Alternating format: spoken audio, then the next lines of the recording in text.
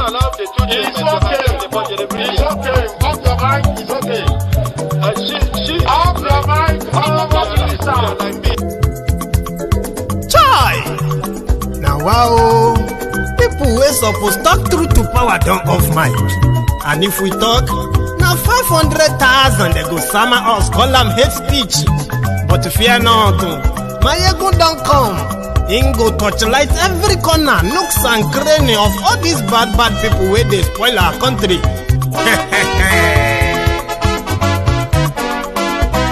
So my people make we laugh, oh, yo, yo. My ego don't come, oh, yo, yo. My people make we shout, oh, yo, yo. My ego don't come, oh, yo, yo. My ego don't come, man of the masses, oh, yo, yo. My ego don't come, oh, yo, yo. My ego diary politico, oh, yo, yo. My ego don't come, oh, yo, yo. This one not the off in mind, oh, yo, yo. My ego don't come, oh, yo, yo. Can in the touchlight every corner, oh, yo, yo. My ego don't come, oh, yo, yo. Okay, some people be they holla say they want the power. Chai. Them be promise us say we go get light and power. Nah. Them hustle sote they can't get the power. But now they know they do anything with the power. Sure. Every day, dollar just they get the higher power over naira. Still them talk say make we off mind. But thank God say my ego don't come. So my people make you loud, oh, yo, yo. My ego don't come, oh, yo, yo. My people make we shout, oh, yo, yo. My ego don't come, oh, yo, yo. My ego don't come, man of the masses, oh, yo, yo. My ego don't come, oh, yo, yo. My ego diary politico, oh, yo, yo. My ego don't come, oh, yo, yo. This one not they off in mind, oh, yo, yo. My ego don't come, oh, yo, yo. Person where they do evil, no one make person talk. Them say that my yegun, that man too they talk. He too they talk. Say my yegun diary, he they hot like pepper. But every day then they take money in bulk. Poor man picking, they the street they hawk. Good afternoon to you, good morning to you, good evening to you from wherever you're watching from. This is Mayegun Live.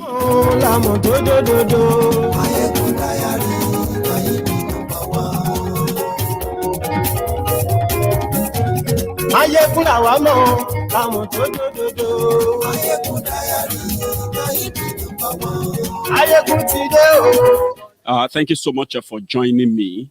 You can share the broadcast.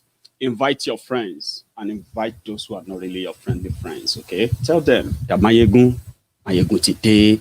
So I am, the rider for this conversation tonight is going to be the another alarm raised by the boastful Northern Elders Forum. Or Northern Elders, whatever. Buhari has put us in the northern, he has put us, the northern Nigerians, in serious trouble. I'm going to tell you what I think the real trouble is. It is not because of all this political grandstanding and the rest of that we are reading about now. No, I want to go deeper so that you can understand very well how, should I say, how posterity used Buhari and his agenda to bring the rest of us to the reality that Nigeria is not for us. I am going to also kind of go deeper, like I said, in explaining to you, my friends, the falsehood, the myth about the northern hegemony, which is not true. When they talk about one North, one Nigeria, they are both falsehood. Today, many of you know this, but it will be good if I can help you and help myself, help ourselves to connect the dots so that when you listen to people who continue to tell us that, listen, Nigeria is programmed to fail. It's an experiment, a commercial experiment, not meant to last this long. So when people like us then start saying this, you will understand from what background are you saying this from, Mayegun. That is why pay attention, share the broadcast, invite everyone you think should be here. Tell them, Mayegun today.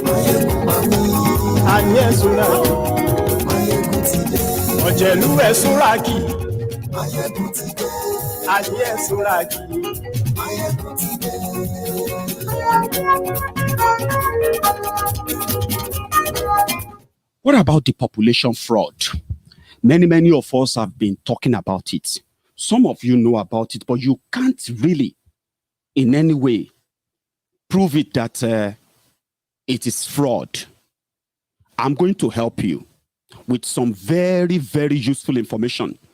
Some of them that will shed light into the fraud called population of northern Nigeria. The one that they succeeded in burying and establishing in a system called Nigeria, whereby every now and then, for everything that happens, the fraudulent figure, unrealistic figure, continue to be the bane.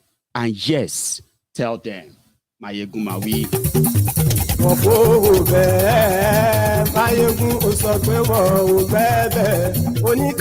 Now, thank you very much. I think we should kick off now. So if you are just joining me, this is Mayegun Live. And yes, the first thing you should do is to try and share the broadcast. The moment you settled in, it just goes on and on and on and on, and it never stops. You may not want to do anything else. So let's take a minute to do that. If you haven't really subscribed on Mayegun's Diary Political, if you haven't liked that video, do that just in a minute, and we can kick off as planned.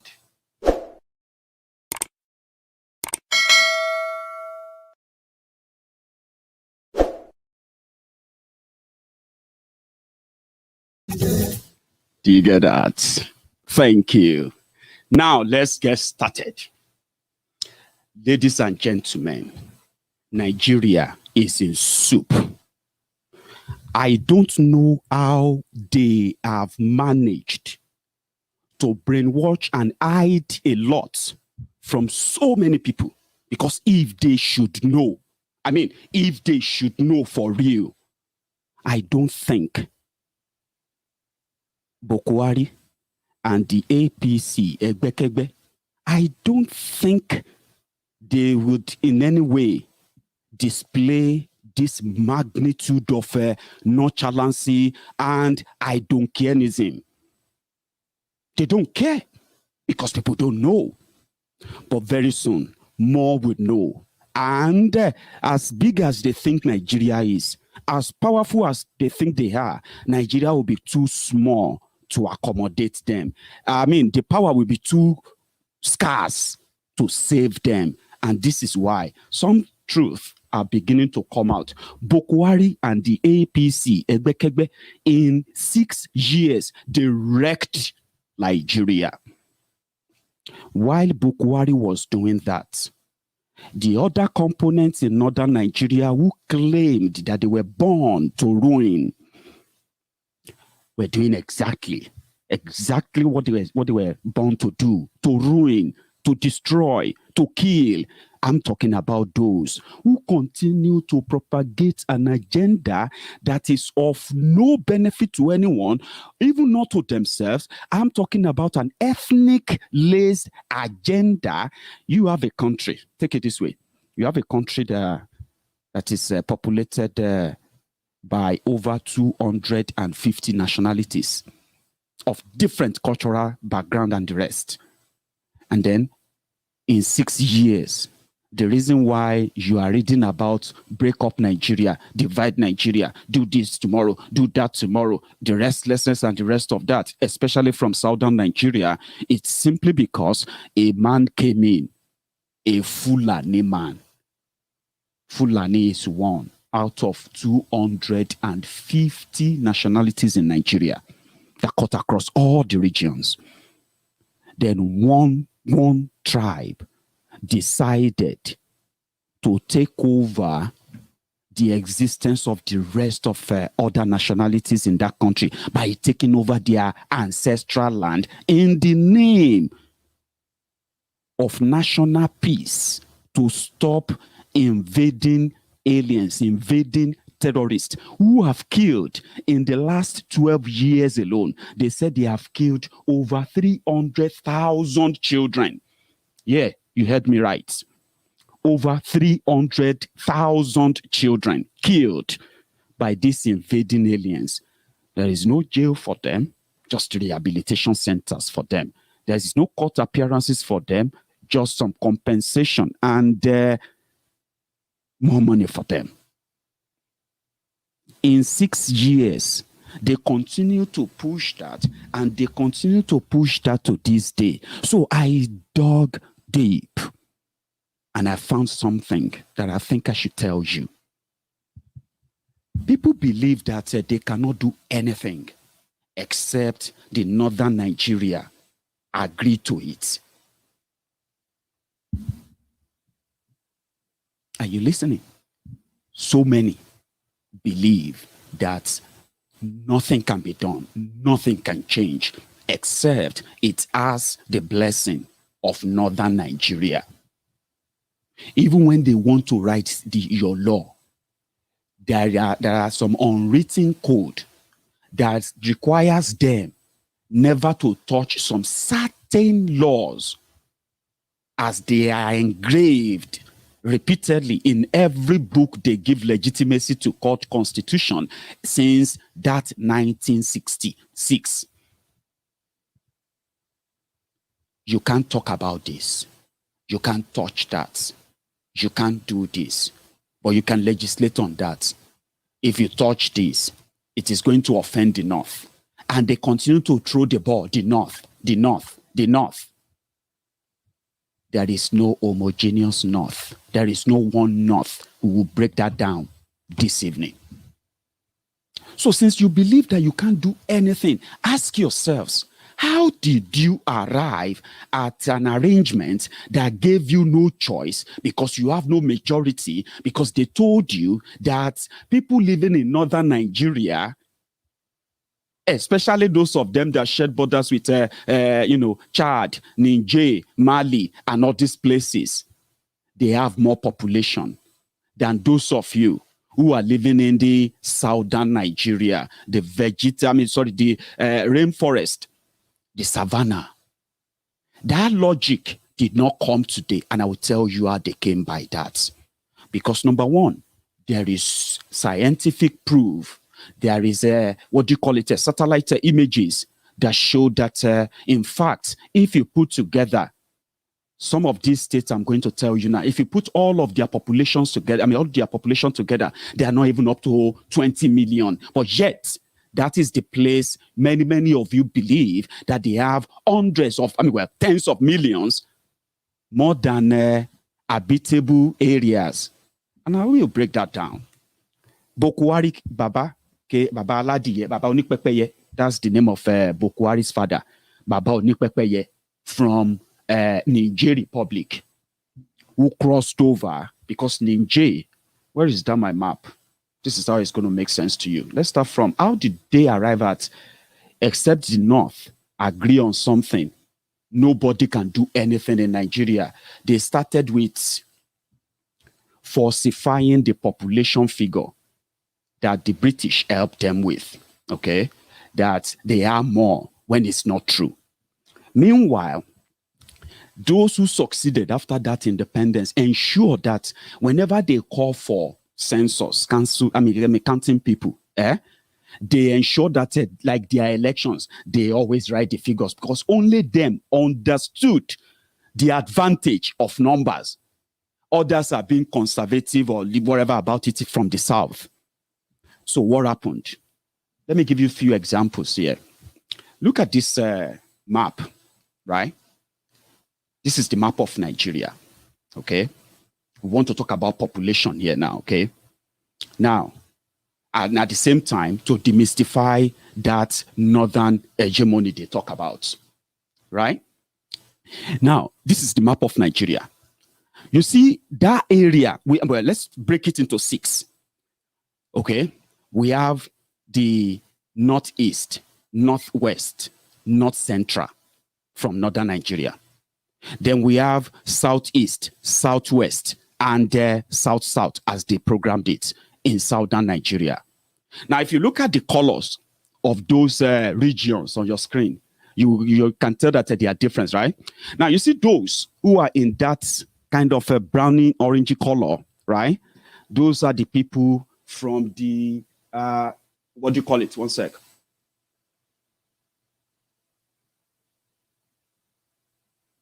Yeah, those are the people from the expected north east. Rather, not, I think that's the northwest, rather, the orange side. So you see those states, if you count them, they are like Kebbi, yeah, Sokoto, Zamfara. I mean, where's that? Katsina. Then you have Jigawa, you have Kano, then you have Kaduna that is so close to the central. Okay, so and if you look at that Kaduna where the road, where Nigeria is written, yeah, you can see that the is only a tiny part of Kaduna that is actually the north, right? So the other bigger part there is the Christian south of southern Kaduna, where they have done so much, wreaked so much havoc, trying to take over their land, including Elrufai appointing an emirate in that southern Kaduna. Now, you see this orange part, yeah? That's the part that is so close to Niger and all these places where they are coming from, right? Especially Niger. Now, if you look at the landmass of Nigeria, the total square kilometers of Nigeria is about 930-something thousand, right? If you check that of Niger Republic, it is about 1.2 or 1.3 square kilometers, bigger than the entire Nigeria.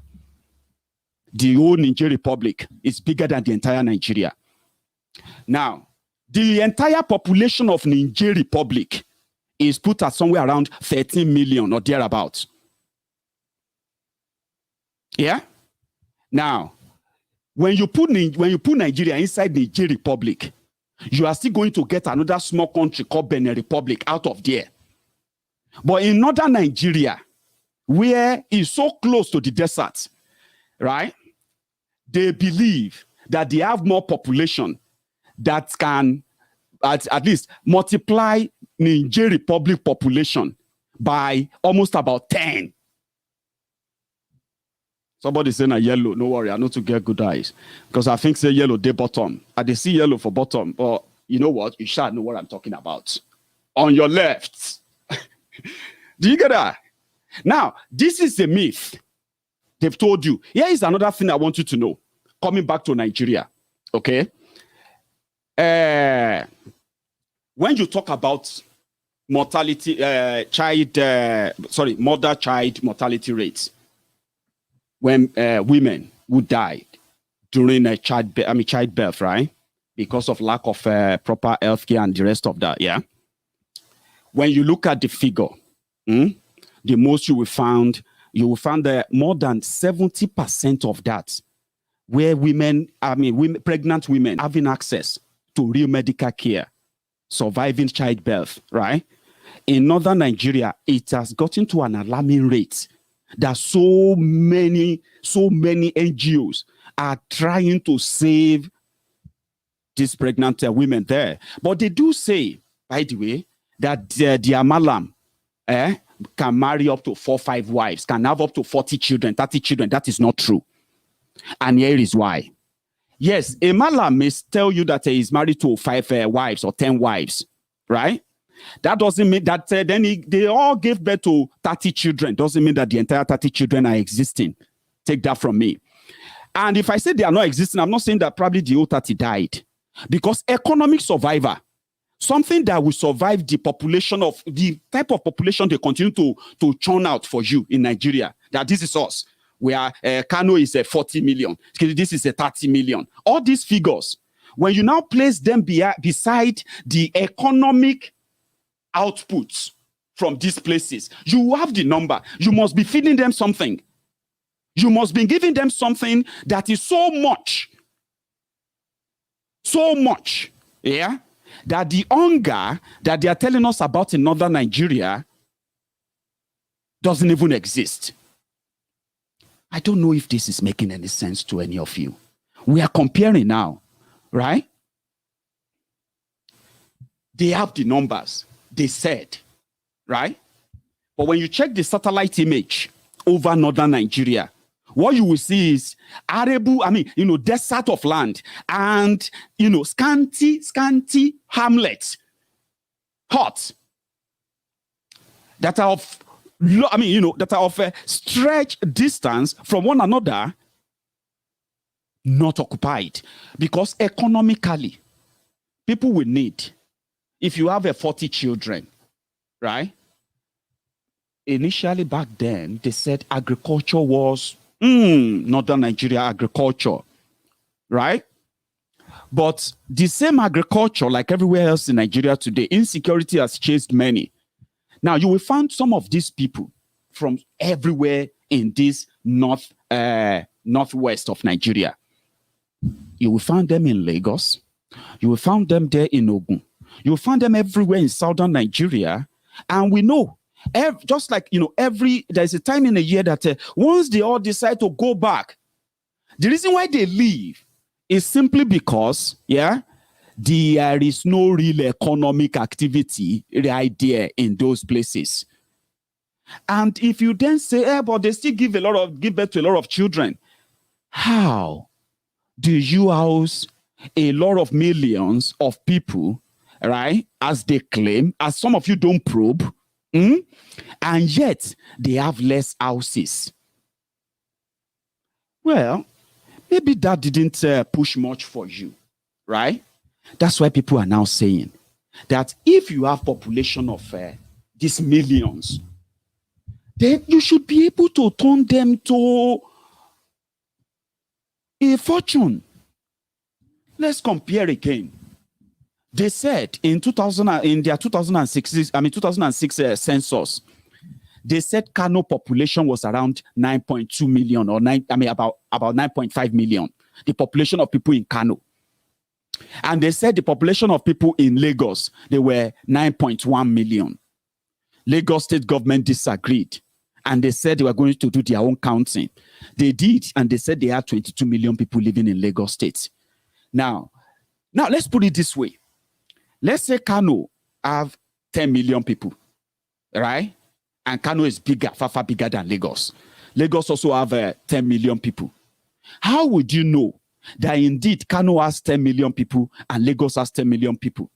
It is the economic output, the level of, these are the criteria. They start from the mortality rate. Then you go to, children in school, out of school children.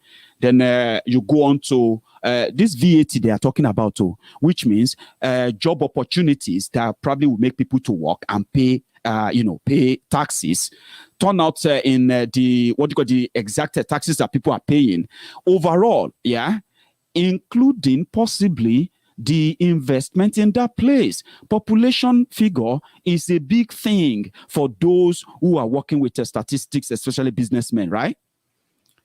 But when they now put the two together, Lagos State is able to generate over 48 billion, a month.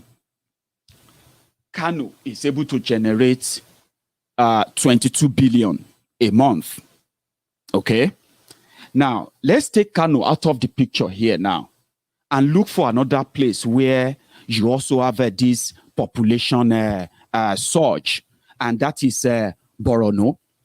They came back in 2006 and they said Borno population was about 7 to 8 million. I don't know what they will claim to be now. Now, if you now put that beside let me put them beside Ibadan or your state. Or your state, they have the population of about 5-6 million, right? Now, 5-6 million, put it beside about 7-8 million they gave to Borno, that desert. Borno, with the population, is able to at least raise somewhere around 1 billion in their own tax from the population of 7 million. while Oyo State, with the population of about 6 million, was able to use that population, turn that population into tax-paying and money-spending population, where government was able to gain some more.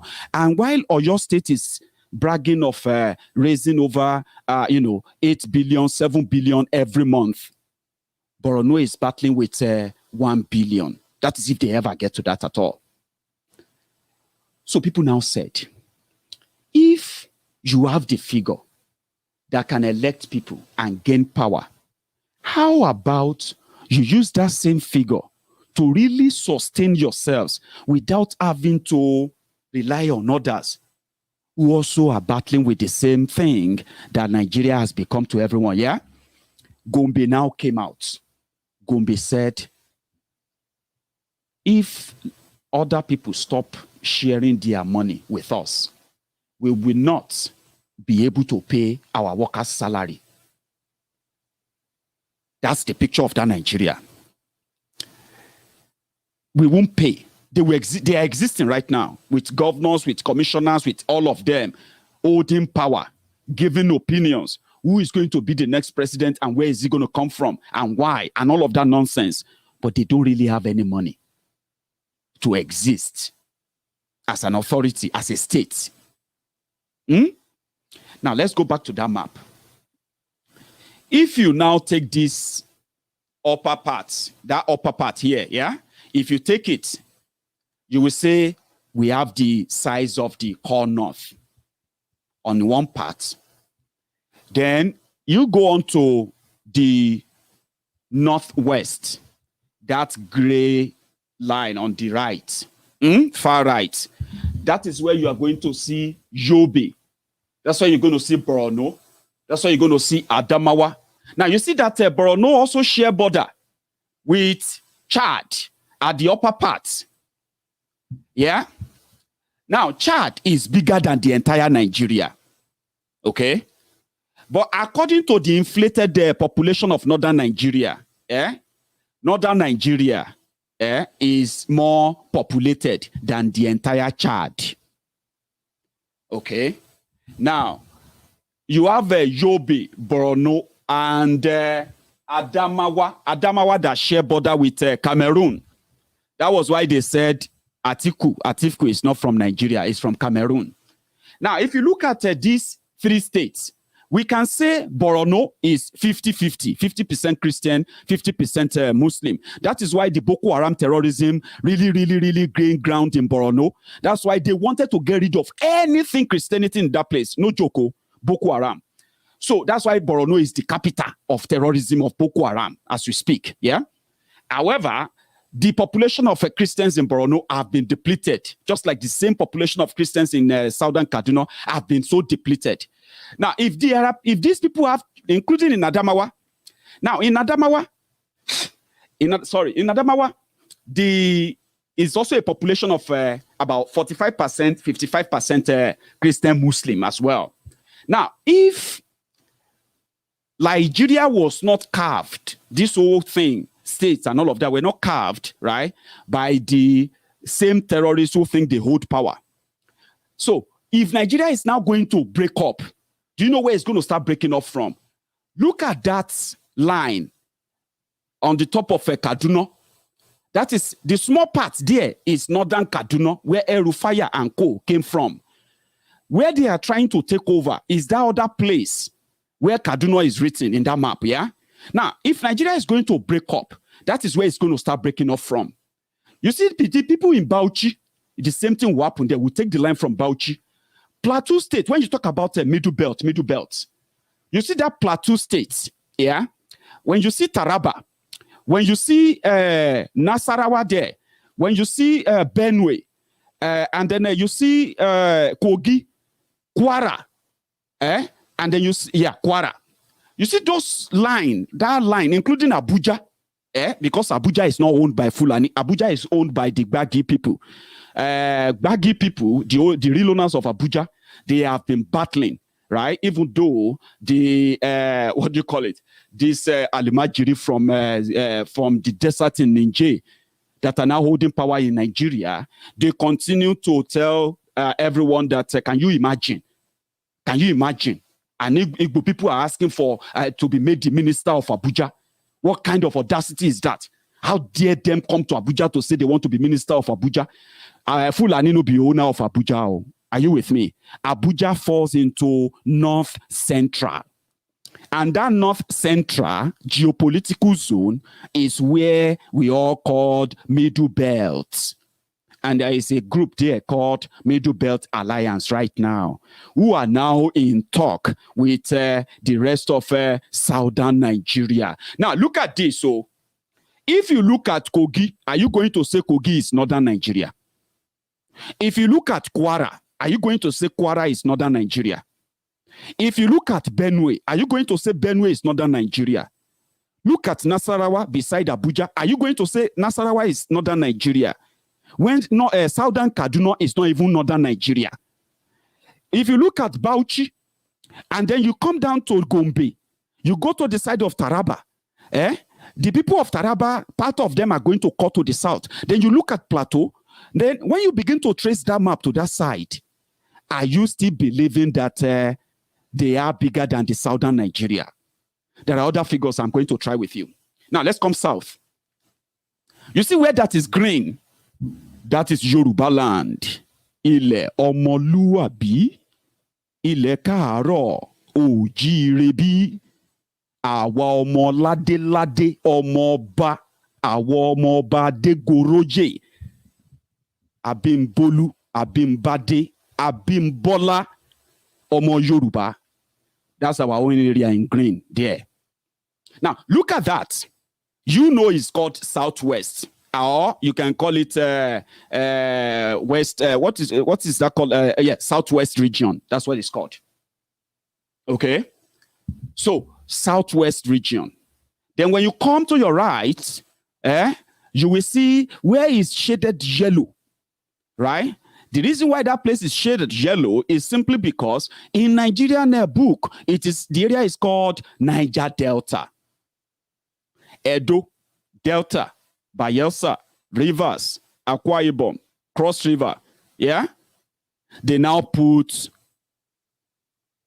the Igbo mainland in the middle. They painted it red. I didn't know. Okunano stone mill.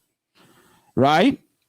Now, when you cut Nigeria from under Niger, and you cut it through FCT, Abuja, and you cut it through partly Nasarawa, and then you go on there to Plateau, up there, and you come to the right again, gradually, in the middle of Taraba, cut them into two. Then turn your hand up again to Adamawa, cut them into two. Then begin to come through that line, again, and then trace it down to your right, down to the left, and when you cover it up, that is the southern Nigeria. That if people can reason very well, that is the part that is funding the fraudulent desert that these criminals couldn't turn to Dubai in how many years? They couldn't turn into Dubai. Dubai was a desert, a pure desert, in 1991.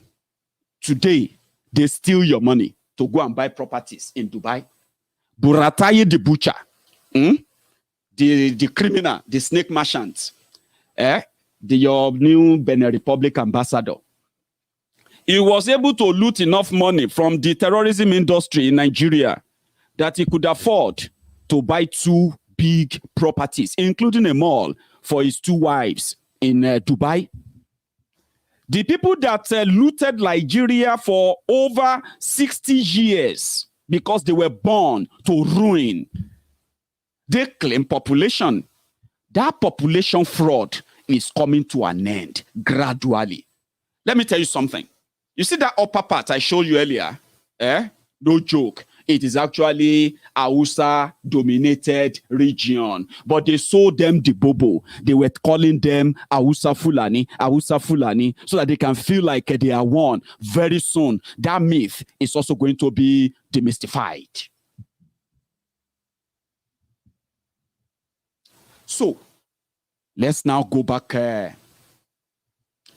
to those who said Buhari has put them in northern Nigeria. He's put them in serious trouble. I'll tell you what they mean. Buhari has managed. Somebody said, Mayegun, please, you should be calling him Buhari because of those who don't understand that it's Buhari. Just say you don't know that it's Buhari. Buhari is Buhari. Buhari is Buhari. Do you get that now? So, the reason why they said this put them in trouble is this. You and I now are beginning to say, this is absolute nonsense. Nobody should continue with this kind of arrangement anyway. How did we even agree? How did we keep quiet so long that they could ride this roughshod on us so badly that they became so engrossed in it and confident in it as well? We are beginning to question it. Those who claim to be political leaders from the southern Nigeria, they are also feeling the heat, but they are relying more on the protection of the murderous criminals in power in Nigeria today, the northern Nigeria, as they claim. But there's no homogeneous north. Just some handful criminals who were able to manipulate their way to power, and they then took it, and then they were brandishing this flag of ethnic supremacy, blah, blah, blah, blah, big men. The reason why they know it's put them in more trouble is this. Nobody is going to settle for less anymore. And in fact, Buhari has managed to set the northern Nigeria up to the point that they think they are, every time they speak now, every time they blab their mouth and say any jargons in the papers or in the media, anytime they say nonsense, any of them, they think they just have to say something, right? But you should know that that is them speaking out their fear. What is that fear? What if somebody from the southern Nigeria takes over power and it breaks up Nigeria? How we go take fight time? That fear was not there until Buhari came in. And they know that it is like tick-tock, tick-tock, tick-tock, tick-tock. The time is ticking, talking, because very soon everything is going to come to an end. What is going to be their own end is what they are not certain of. And that fear is what they speak out. Every time you listen to them and they threaten us and say, well, if you don't believe this, if you don't do that, it's a game of number. That game of number, as some people are already saying, listen, they will use that number to elect the northern president if they do that in their 2023. We are getting there. We will lead Nigeria the way we have led Nigeria before. Whether we are president or vice president or whatever, we will lead Nigeria. Not because we are better than anybody else, but because if you are doing a democratic game, the votes say vote who you want. We have the majority of the votes. Why do we need to accept a second-class position when we can fight for and get a first-class position? Why? Why does anybody need to threaten us and cajole us and intimidate us? If you don't bring the presidency here, you will see. Okay, let's see. We are willing to see. But when we get that power, in the name of God, be humble, because power comes from God. If they tell you the North must play second fiddle, say no. But in what game? Please, sir, what are the rules of this game? If the rules of the game say you should vote for the candidate of your choice, vote for the candidate of your choice. If they don't like the fact that it may be a northerner who will emerge as president, too bad. If we want to support a southerner, we will support a southerner because that will be in our own interest rather than in somebody's interest. And we can decide for ourselves. We don't need anybody to tell us what to do. Oh, yeah, that's the voice. So, just same way, we have also told them that heaven will not fall when Nigeria break up. Lagos State Governor signed this. But before I even share that with you, right? In fact, let's go with that. Yes. Sanwo-Olu signed the open grazing, anti-open grazing bill into law. Let it be on record too.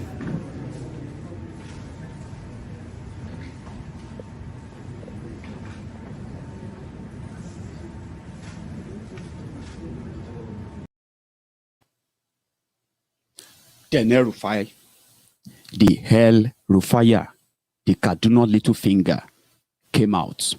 The same man that paid terrorists the moment he became the governor of Kaduna. And like I showed it to you on the map. You can tell where he comes from as we speak when it comes to that Kaduna, and why the killings in southern Kaduna is never going to end until they have no any other control over that part. Again, I'm talking about breaking up. The people of southern Kaduna should better begin to liaise with their people from the middle belt. Join the alliance. Join the southern alliance. It is coming home. It is coming home. Do not be left behind. I want to say that. Elrufai came out and he said, southern governors are just funny people.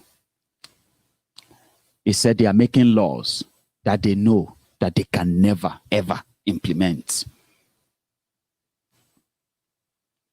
Just as expected, right? Said nobody can ban the movement of cows just like that. And this is a man that today they have banned not just the movement of cows. You cannot transport your cows in any truck. You cannot sell cows in the open markets in Kaduna. That started for about 4 weeks or 3 weeks ago. They said the South are just making mouth.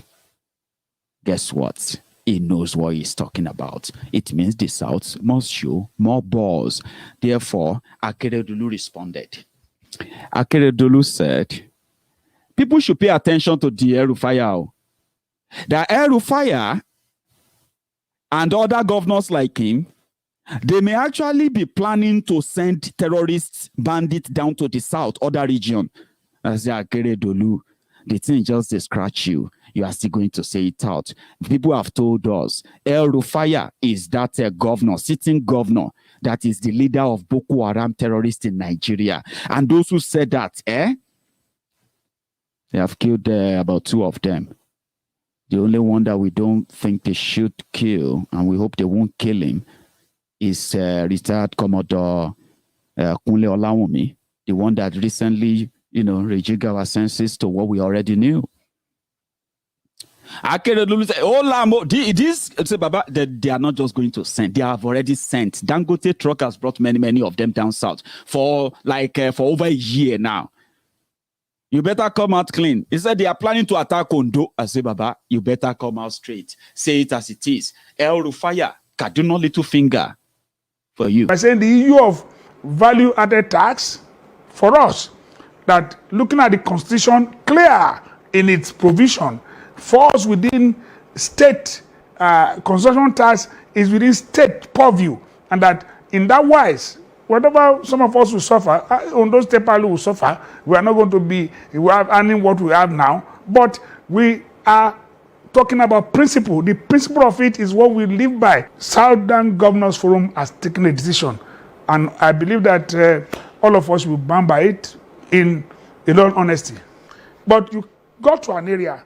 This is where issue of federalism that we have been shouting about comes in. Yeah, talking about we have gas. Gas, can we operate the gas on our own? We cannot. We are oil producing. Is it not the amount of oil they say they get from us and they give us money on? Are we even able to determine the amount of oil that comes from our wells? We cannot. If we have bitumen, yes, we do. Now, if federal government does not give license, you cannot exploit.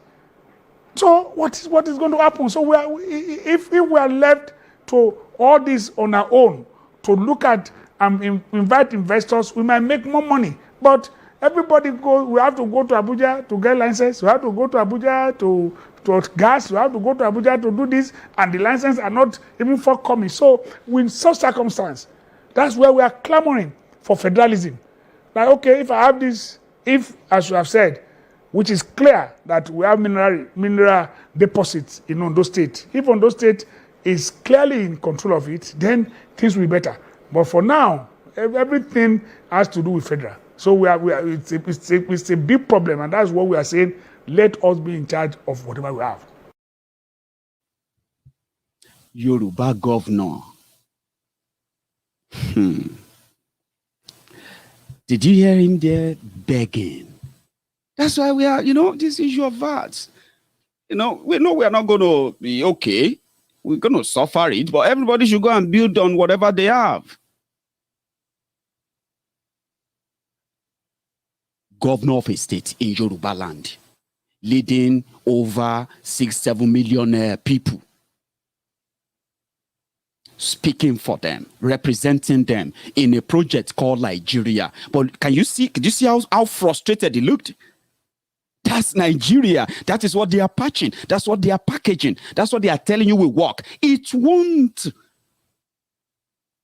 You have resources, you can't tap them.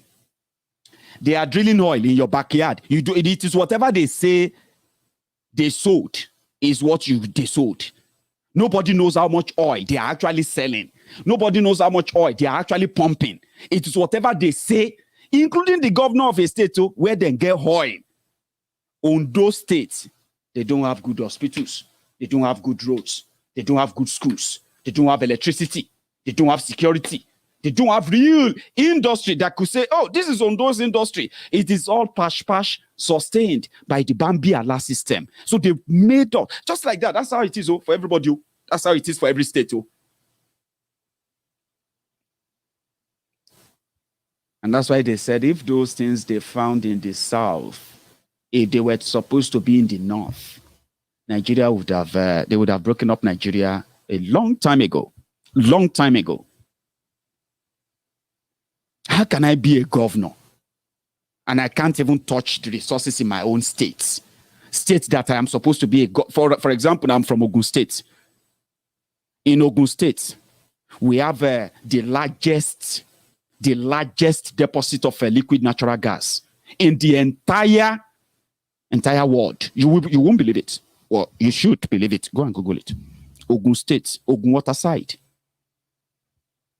Now, these people where they do this geo sighting, geo map, geo whatever, from Canada, came down to Ogun State to say they found it here. And is in billions of liquid, what is it they call them? Cubic meters or whatever they use, they measure them. No joke. That alone can power, what do you call it? A substation for your electricity in Ogun State alone. And Ogun State people will have for 24 hours electricity. And that same Ogun State, the highest exporter, grower of timber in the entire West Africa. But I can't touch it. It's a federal government property, even though it's in Ogun State. So somebody from Kebbi, they can give him the license and they will say, hey, Ogun State has joined oil producing states. And the owner of the license will come from Kebbi, will come from Sokoto, will come from somewhere. And they will say, you Ogun State people, this is how much money we make. This is how much oil we drill. How can that work? How do you think in this 21st century, where, the whole world is pretty much at so much fastest pace we've ever seen, I would say. Children, our future requires the best of the best education. They require access to the best of the best, medical facilities, educational facilities to train them as our own resources, which is our greatest resources, human resources. But yet, we can't touch them. They are there, digging gold in Osun, digging gold across Yoruba land. Nobody can talk. You don't even know how many of such are being dug every day. Because even the governor cannot say anything. And what kind of arrangement is that? So when they came to a decision that they were going to at least protect the little that is left of their region from the invading terrorists that are attacking their economic base, agriculture, a governor from northern Nigeria, where over 300,000 children have been killed in 12 years of terrorism in northern Nigeria alone, says that is not practicable. It's not going to happen. And you think that's going to work? Do you really think that's how you're going to actually have a united country? suffering and smiling and dying when they continue to make you statistics? 20 people killed. They are human beings. They are human beings, but they are statistics in Nigeria and Nigeria media. Identities, place of birth, type of death of those murdered are never their concern. 39 people killed. That's it. Statistics. Why do you think you should continue to belong to a country where they only see you as a number?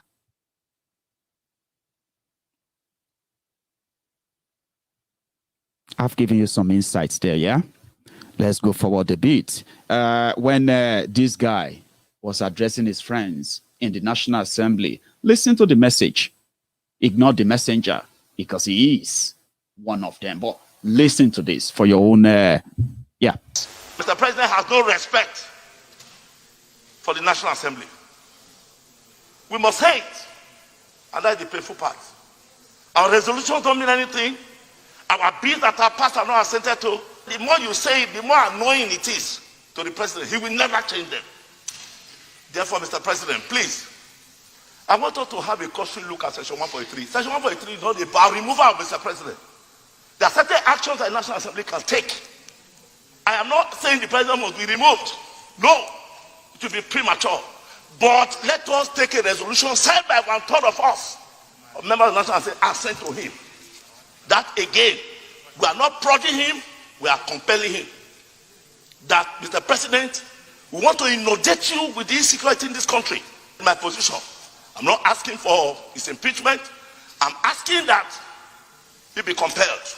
Is Mr. President waiting for us to bring a formal motion to the floor of this House to say we've passed a vote of no confidence? Is that what they are waiting for?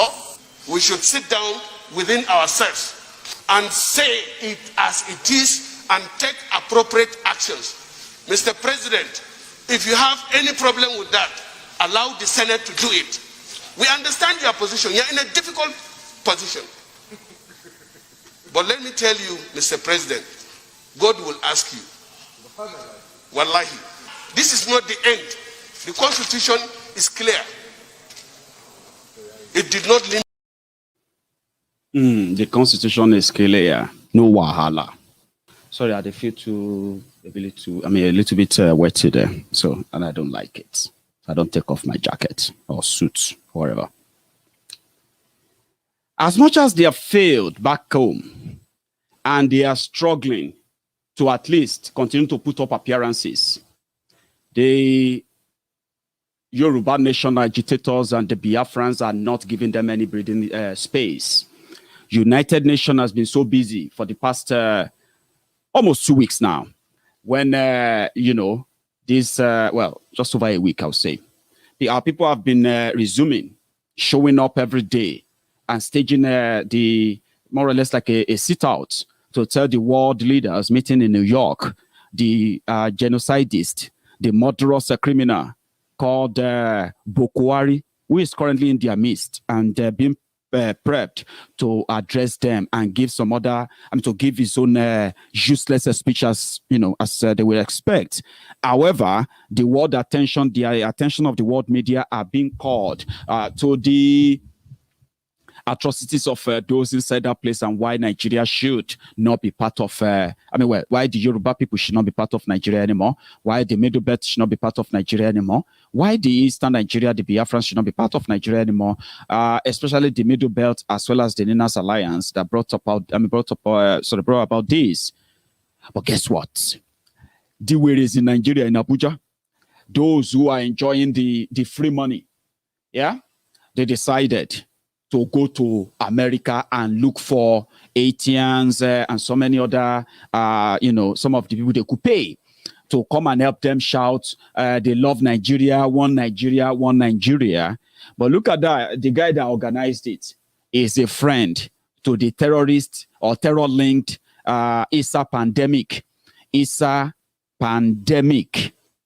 You see I'm there. That is an ally of Issa, the jihadist, Al-Qaeda apologist, communication minister of Nigeria. That's the guy that organized you know, that thing that they should come out and say they love Buhari. Even Garbage Sheu is also related to Garbage Sheu.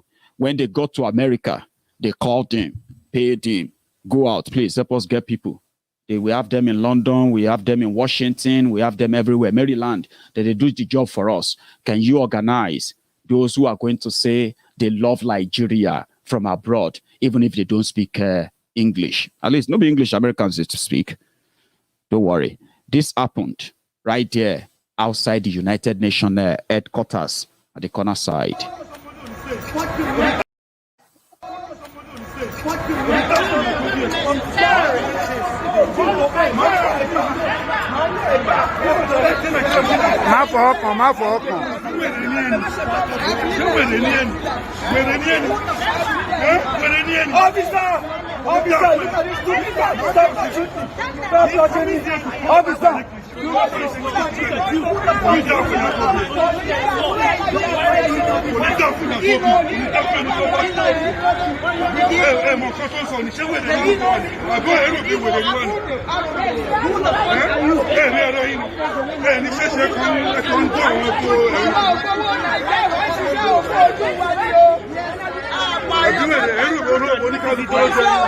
You can't. She's a lady. You can't just talk to her anyhow. You can't just talk to her anyhow. Okay. You can't just talk to her anyhow. Okay. Don't touch him, but you can't talk to her. You can't talk to her anyhow. These people.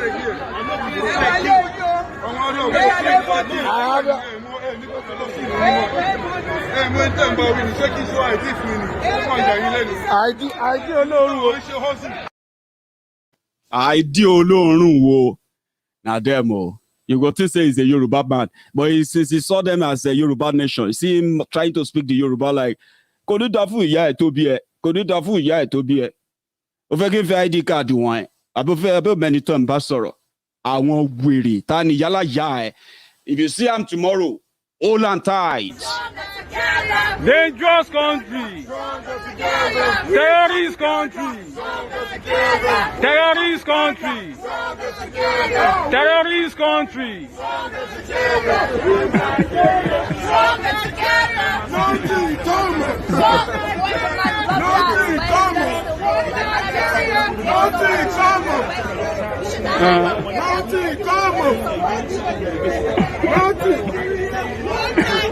How have you on it?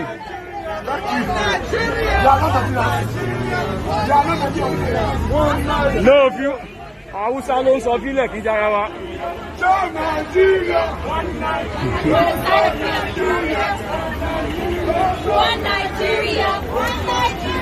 one Nigeria, one Nigeria. If you want to travel to Nigeria now, your life is not safe. Your life is not safe. Because you cannot predict. He may be kidnapped, he may do anything for you. It's a bastard country now. It's a dangerous country. If they think you got money, they kidnap. Yeah. If you don't pay them the money, they may demand $10 million from you. If you don't pay it, and if you be an opposition to the president party, you are going to be killed. Fuck you, man. This is rubbish.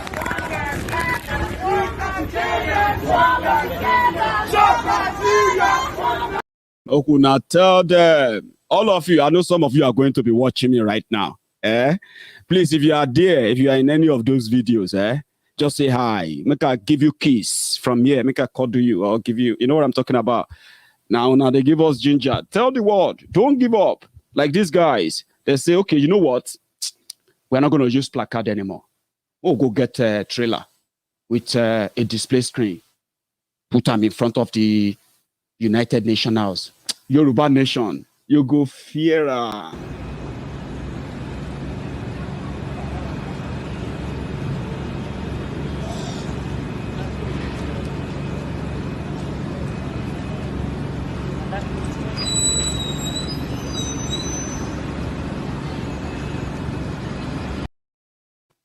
Yoruba nation now. However, let's go back to Nigeria again. Some news have been, popping up, and I think you should kind of let's have a chat about it. We have been inundated with a lot of drama about free food Kayode, Femi Fani Kayode, and his defection and the rest of that. But again, suddenly, the people of Oyo State, the PDP in Oyo State, they can't call Sheu Sita like Omojomejo. They say Seyi Makinde is not giving them, it's not delivering. It's all noise, just making noise. Seyi Makinde, therefore, should forget 2023. Oh boy, no joke. They did a drama, but just the reason why I have to share that with you is this. They said it's not sharing money. It's cutting them out, and people are hungry. It's deceiving them that it's building this, it's building that. Is that what they are going to eat? But let me tell you this, just for the sake of this conversation, okay? Before the advent of the people of these underworld people, these terrorists in Ibarapa, and what they did to Oloye Sunday Igboho, before that, I was monitoring Seyi Makinde's government. And to some extent, I quite kind of see the policy formulation and steps of his government. I was like, if he could do that, there would be so many difference, some changes that even the entire state will feel. And here is the deal. They said education is free in Oyo State, from primary school to secondary school. It's not just free. They also give them free educational materials like books, writing materials, and the rest of that. Apart from the continued improvement in their schools and all of that, I don't know much about that yet, right? But when it comes to that policy, external examination in Oyo State is free. WAEC, NECO, and stuff like that. And when you talk about education in Oyo State, and how when you talk about free education in Oyo State, for public school, everything is free to some extent, I'll say. But to private schools, the free books that Oyo State government is giving to students in Oyo State, that same free books is available, always available for all the private schools too. Not just, I'm talking about education there. You all know the logjam, the mess that Ladoke Akintola University became. The tug of war between Oyo and Osun for years. Even when Oyo State Governor then, Ajirebi, and then the Osun State Governor then, Aregbe Mugbo, even though they were both from the same political party, they couldn't figure it out. Meanwhile, when Sheu came, he said Oyo will take over Ladoke Akintola University. And they will continue to run it and the rest. And they will pay any outstanding, any outstanding salary, hold them between the two states. Because back then, if Oyo is paying, Osun will not pay. Then Oyo will stop paying. The teacher salaries will not be paid. The people who come from Oyo State, I'm saying this to you. Why in the beginning, I was interested in what Seyi Makinde was going to do before this Ibarapa madness came. So he got Ladoke Akintola University. And since then, I've never heard about any crisis there again. Right? Then he grabbed the pensioners. See, I'm from Ogun State. There is a news today with pictures and videos of of pensioners, old people, aged people from Ogun State. And they went to the governor's office to go and protest that their pensions have not been paid. Some have not been paid for months, some for years. Old people. Then that just took my mind to Seyi Makinde when I saw the PDP Oyo, and they were doing their usual gathering, like, who don't want Seyi Makinde to come back again? I'm going to show you that video. Seyi Makinde cleared all of their pension arrears and the rest. And since then, as we have been told, he has been paying them as at when due. Why won't he pay them? Seyi Makinde has been paying their salary as usual. I don't know if anybody says he owes them any money in your state as we speak. I don't know that yet. But I know that he's been commended for paying the salaries of his workers regularly, even before, like a week before the end of the month. And I said, why not? He's managed to improve the IGR for your state. After he shut down the garages where the touts were making free money, right? And for peace, politicians continue to ignore them. Sheu didn't. He decided to inculcate them into the system and make them accountable while the state make more money. And that showed up in the recently released figure of VAT generated from Oyo State. Oyo was never near anything between 1 to 20 before. But they are now celebrating that Oyo State is one of the viable states today. 8 months, they raised over 67 billion naira on VAT alone. Sheu has managed to improve the IGR of the state as well, from a paltry 800 million to 1.2 billion before, to somewhere around there, 6-7 billion, we were told. And all of this can be seen as some policies put in place. So when this Wahala of Ibarapa came, I was really, really upset, because I remember when the same Seyi Makinde took his team, young, brilliant team in the agriculture ministry, and he took them on a tour, not to Europe, not to America, not to any other places than Benin Republic, the same place that Oyo State share borders with. They went there to go and understudy the privately owned farms in Benin Republic that are really, really doing well. So when they return back to the Oyo farm settlement, where Seyi Makinde apportioned so many lands there to begin the agricultural revolution in Oyo State that will eventually possibly help the Southwest Nigeria. That was so impressive. It wasn't just that. They also ensured that a child in secondary school in Oyo State, is entitled to a land where he can practicalize and cultivate land, grow food, grow something, learn the crop production for real, like we used to do in the olden days, but much advanced now. These impressive policies make somebody like me feel like, well, maybe there is actually a sort of gray line in our dark cloud. People that possibly, if they have the idea, the importance of us being on our own, and they eventually have to support such movement and give protection to that. I remember I did a video then when I said Seyi Makinde should do everything and be the Omo Yoruba that he is, and please protect all the Yoruba Nation agitators, Yoruba Nation campaigners from the hawk called Nigeria. I remember making a video because of his track record then. And the result is there. I'm not saying it's perfect. But guess what? Some people are celebrating, as some are now grouping that they want him, they don't want him again. Watch this.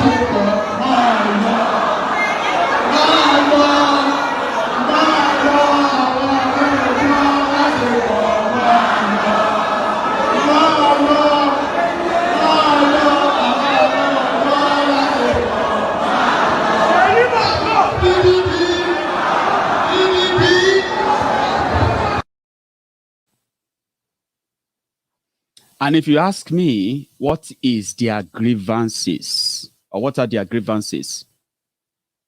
The usual. The guy had no share money. The guy, I'm twist, you know what I mean? So I'm not going to say further, so that I don't sound like I want to defend him, right? But trust me, the reason why they don't want him anymore has nothing to do with all I listed earlier. They said they are just fabu, they are just this and that. They are from Oyo State. as part of Nigeria, and they are preparing for 2023 as well. Abi, what we go do? Now them go collect the 1,000, the 2,000 we are talking about. And as we speak, the politicians that have already weaponized poverty. Somebody said, Mayegun, with all the things you said there, Sheu Makinde, how has that affected the lives of the people of your state? I said, well, I mean, I know that Nigeria don't cast.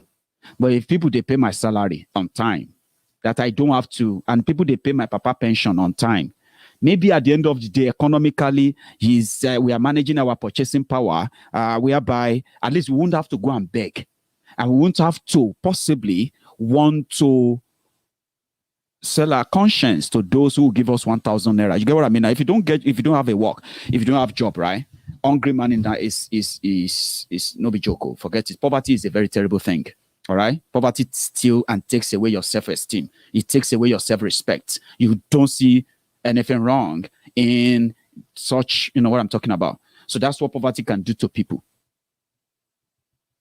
So if you don't get that, I don't know. But those who are complaining are just those who said, well, you know what I'm talking about now? Money, free money. Victoria Osai, thank you very much for your super sticker, by the way. Let me read that out. Mayegun, the northern Nigerian politicians will be having heart attack because the South has finally woken up. Kudos to those of you who made it possible, particularly Mazi Nnamdi Kanu. Thank you very much, Victoria, for your generosity. It's kind of you. Thank you.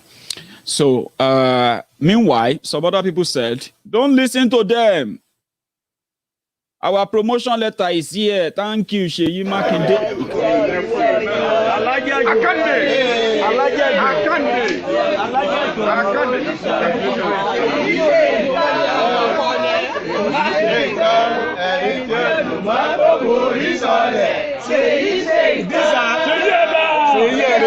These are level 70 officers. Principals on salary grade 16 going to 17, celebrating their promotion. Up GSM! Up Sheu Makinde!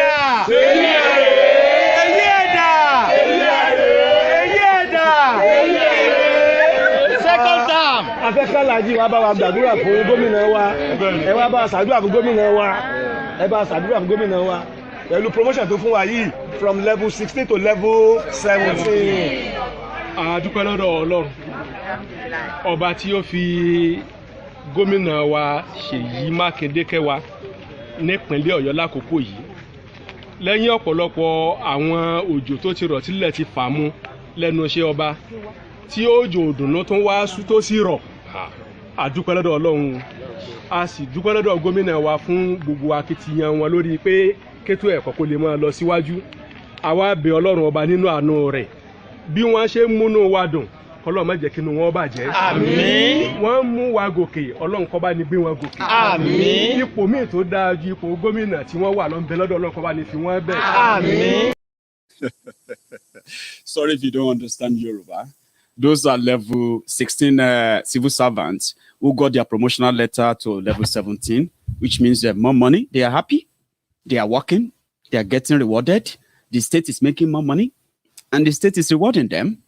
And then, but the politicians are not happy. Unfortunately, you see those mama and those baba inside that room that are asking that we don't want Sheu, we don't want you anymore. Their children, their grandchildren, they are going home with free books, free exercise books, free writing materials. They no longer pay school fees anymore. They no longer pay the PTA money that some of these children protested for under Ajirebi when he was alive. But they are inside that room. But because maybe the rice, Congo of rice, no they enter anymore. I have been there. Yeah, I know how the thing they go. So if the thing they come very well, it just takes one person to go and tell them, we are rejecting him. And they will say, yes, we are rejecting him. We are thank you. That one will be giving them the rice, preparing them and prepping them for the next election so that he can sell the number and say, I have the entire Ibadan North under my care. The people believe me. They will reject the governor. He's failed us. He's about, you know what I'm talking about. Because now them, even as all of you, they para. Fani Kayode. Some people, they thank after the successful journey, successful decampment. This is the people who welcome, what do you call it, Femi Fani Kayode. Watch.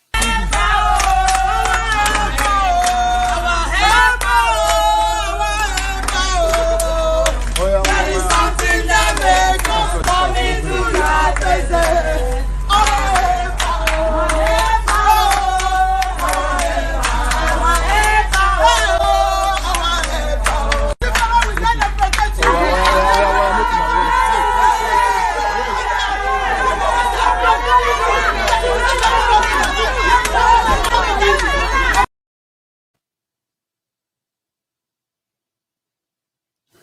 So Shena prayer, we will pray now.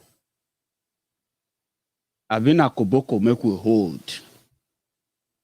I've been at the talk, make we continue the talk. I've been at all of the above. Listen, Nigeria is in a very terrible place right now, including the Nigerians themselves. But not everyone will agree, because many have chosen to just look for somebody or for something to blame as the reason or the cause of whatever they are going through. Let me tell you something. It is the way Nigeria is structured. When you have selfish, greedy citizens, you are going to have selfish, well, let me put it this way. When you have selfish, corrupt, and greedy citizens, you are going to have selfish, corrupt, and greedy leaders. When you go, this is where you're going to know where you belong to, and then give you an idea why is Nigeria always bedeviled with devil incarnate, people with stone cold hearts. It is very simple. When you have selfish, corrupt, and greedy citizens, you are going to have selfish, corrupt, and greedy leaders. You walk into an office to process a transaction, and you see a bucket of candy on the table, which you are supposed to just take one or maybe two. You opened your purse and you pack the candy inside that jar. You pack them inside your purse and you seal them up. Selfishness, greed. At that moment, you don't care about other people that will walk in that same day into that same office. Yeah? When there's a lot of it, oh. When you are a police officer, collecting bribe after your salary, and then you see civilians in the same route complaining about time or delay, asking the conductor to pay a corrupt police officer so that they don't get delayed. When you go around because your son, your daughter, they have tried to sit for this examination many times, 2-3 times, they have failed. There's nothing wrong with little help. Let's get somebody to sit for her so that she can go to the university and study medicine and become a doctor. A little selfishness here, a little greed here, and a little corruption here. Same goes to you, house agents. No be you build the house. It is just your job to look for the house. Then you came up with 300,000 naira commission, 300,000 naira for this, 500,000 naira deposit. No be you build the house, so a little bit of selfishness, a little bit of greed, a little bit of corruption. So when you now found yourself in position of authority, making decisions for millions, since you are selfish, since you are greedy, since you are corrupt, and always think about yourself, what kind of leader do you think you're going to make? A leader that cares? Do you think when you don't care now, you are going to care? When you are actually, when your responsibility, main responsibility is to care for millions of people without having to look at their race, tribe, religion, culture, anything. Your job. So do you get what I'm trying to say here now? So when you have all this little, you open a food eatery. Everything is expensive, of course. But are they as expensive as what you are dishing out or you are selling your wares? A little corruption here, a little greed here, and a little selfishness here lead to a greedy, selfish, and corrupt country. It's up to you. What kind of citizen are you? Why do you think they took away all your rights? Did you sell them off? Or they are just the replicas of you?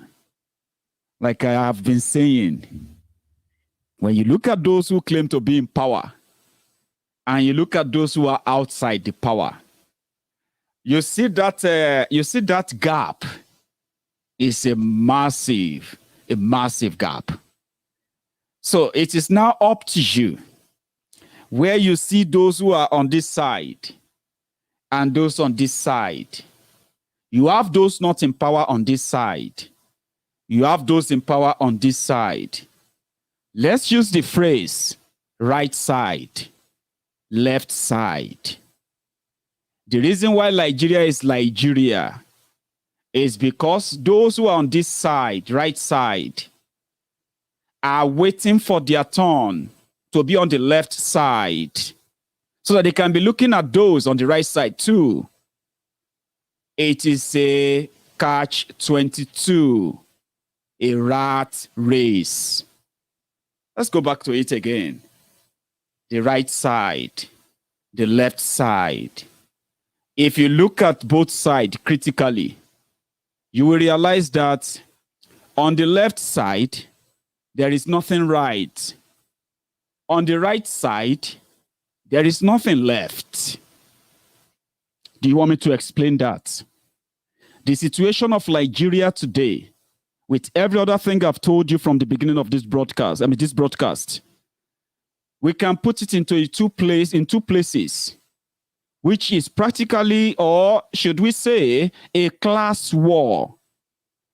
The people you have on the left side, they are the reflection of the people on the right side. The people on the left side are those who are holding power. The people on the right side are those they have taken everything from. But some of them are hoping that someday, they will be on the left side, holding power, taken from the people on the right side. So, left side, right side. When you look at these two demographic presentation, those who want to claim one Nigeria as always, on the left side, nothing is right. Policy, security, economy, leadership, commerce, education, healthcare, infrastructure, foreign affairs, protection, human rights, name it. Nothing is right. On the right side, where the majority are, nothing is left.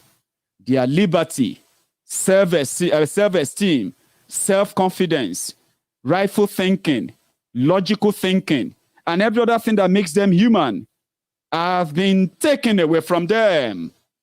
Does that make any sense to you? Now, when you get to that stage, you don't build on false hope. It is a rat race. Yes, you can go on and be a councillor. Yes, you can go on and be a local government chairman. Of course, you can become a commissioner. Whatever you choose to become will determine your level of what side you are. But trust me, it all comes back to the same thing. BLLB. Boshelo, Loshebo. Nigeria is done for. If you have an opportunity to choose a battle, choose the one that you are indeed you can associate with, you can connect with. We have the Yorubas asking for the control of our lives. We are doing it every way we understand of doing it. We are gaining a lot of traction and a lot of ground. Yes, we are. If you want a Biafra, these are great men and women who have paid a lot of prices for you to know that choosing a battle with those who are ready to die for what they believe in than you who choose to die for something you don't even have a clue about. They've taken everything away from you. It's up to you where you think you belong. The reason why you always have that corrupt, greedy, and selfish leadership is because many of you are greedy, you are selfish, and you are corrupt.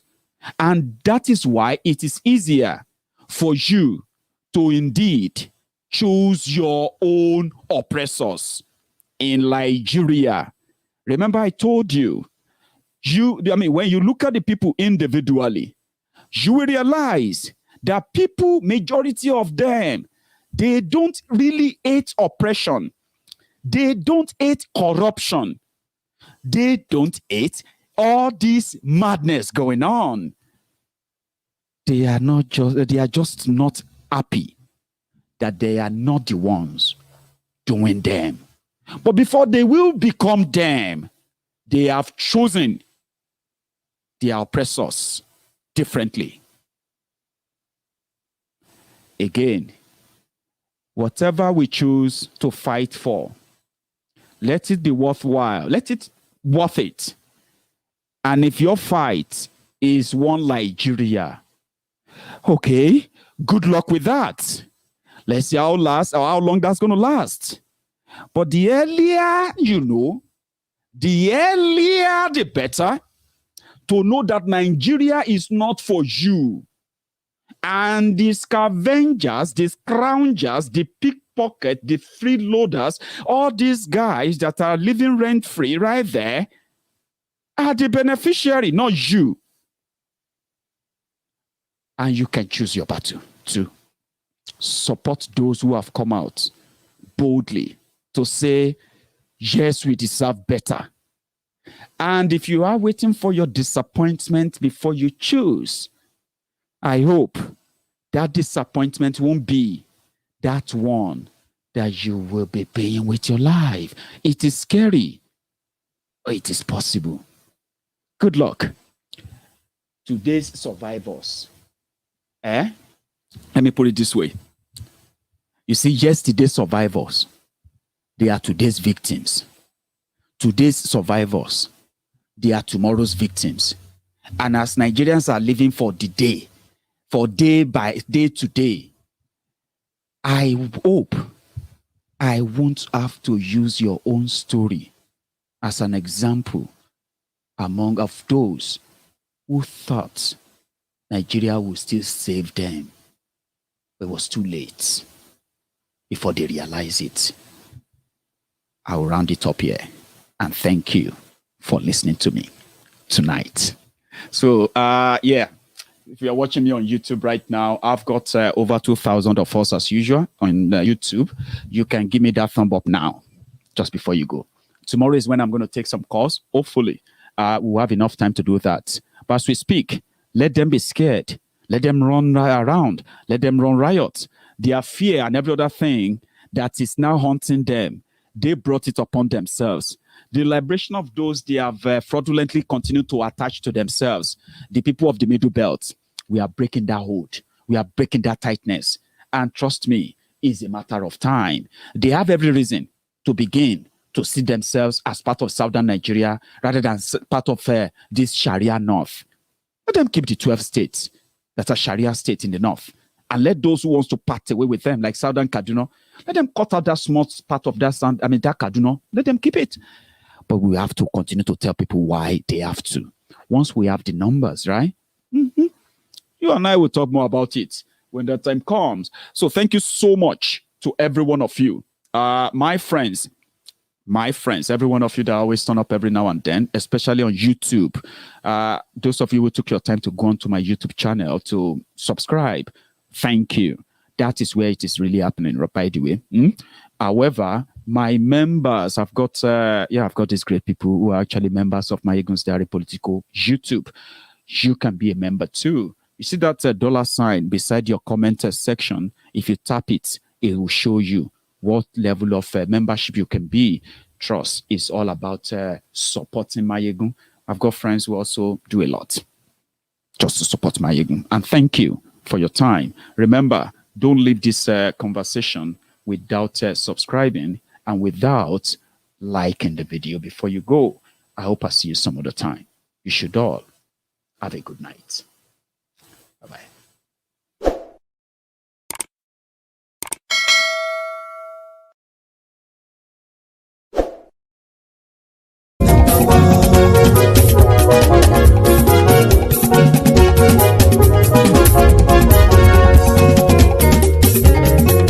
Àní ẹ̀sùn rákì. Máyégún ti dé. Máyégún ti dé. Ọ̀jẹ̀lú ẹ̀sùn rákì. Máyégún ti dé. Àní ẹ̀sùn rákì. Máyégún ti dé. Lórí Facebook. Máyégún ti dé. Àní ẹ̀sùn rákì. Máyégún ti dé. Lórí YouTube. Máyégún ti dé. Àní ẹ̀sùn rákì. Máyégún ti dé. Bọ́ bàbá gbé wúrẹ́. Àní ẹ̀sùn rákì. Máyégún ti dé. Ijó ìgbádìyẹ. Máyégún máa wí. Àní ẹ̀sùn rákì. Máyégún ti dé. Pẹ̀sìdó bá rúfin o. Máyégún máa wí. Àní ẹ̀sùn rákì. Máyégún ti dé. Kí gómìnà kówó jẹ. Máyégún máa wí. Àní ẹ̀sùn rákì. Máyégún ti dé. Ọlọ́pàá tí ń gba rìbá. Máyégún máa wí. Àní ẹ̀sùn rákì. Máyégún ti dé. Aṣòfin tí ń rúfin o. Máyégún máa wí. Àní ẹ̀sùn rákì. Máyégún ti dé. Òpùrọ́ olóṣèlú. Máyégún máa wí. Àní ẹ̀sùn rákì. Máyégún ti dé. Ọ̀jẹ̀lú ẹ̀sùn rákì. Máyégún ti dé. Àní ẹ̀sùn rákì. Máyégún ti dé.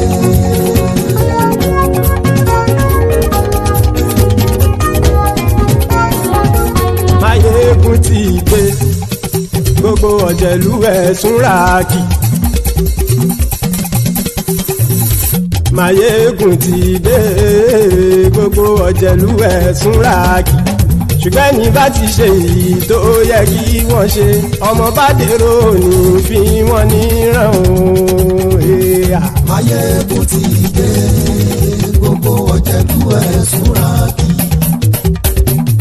Máyégún ti dé. Gbogbo ọ̀jẹ̀lú ẹ̀sùn rákì. Ṣùgbọ́n ní bá ti ṣe èyí tó yẹ kí wọ́n ṣe, ọmọ bá dèrò ní fi wọ́n níran. Wọ́n fowó bẹ́ẹ̀ o. Máyégún ó sọ pé wọ́n ò bẹ́ẹ̀. Wọ́n fowó bẹ́ẹ̀. Máyégún ó sọ pé wọ́n ò bẹ́ẹ̀. Oníkan ṣáàtì ṣe èyí tó yẹ kí wọ́n ṣe fáwọn ará ìlú tó gbé wọn débẹ̀ o. Máyégún ti dé. Gbogbo ọ̀jẹ̀lú ẹ̀sùn rákì. Máyégún ti dé. Gbogbo ọ̀jẹ̀lú ẹ̀sùn rákì. Ṣùgbọ́n ní bá ti ṣe yìí tó yẹ kí wọ́n ṣe, ọmọ bá dẹ́rọ̀ ò ní fi wọ́n níran. Kì máa yí ṣe eré, ọ̀rọ̀ yìí kì í ṣe ẹ̀fẹ̀.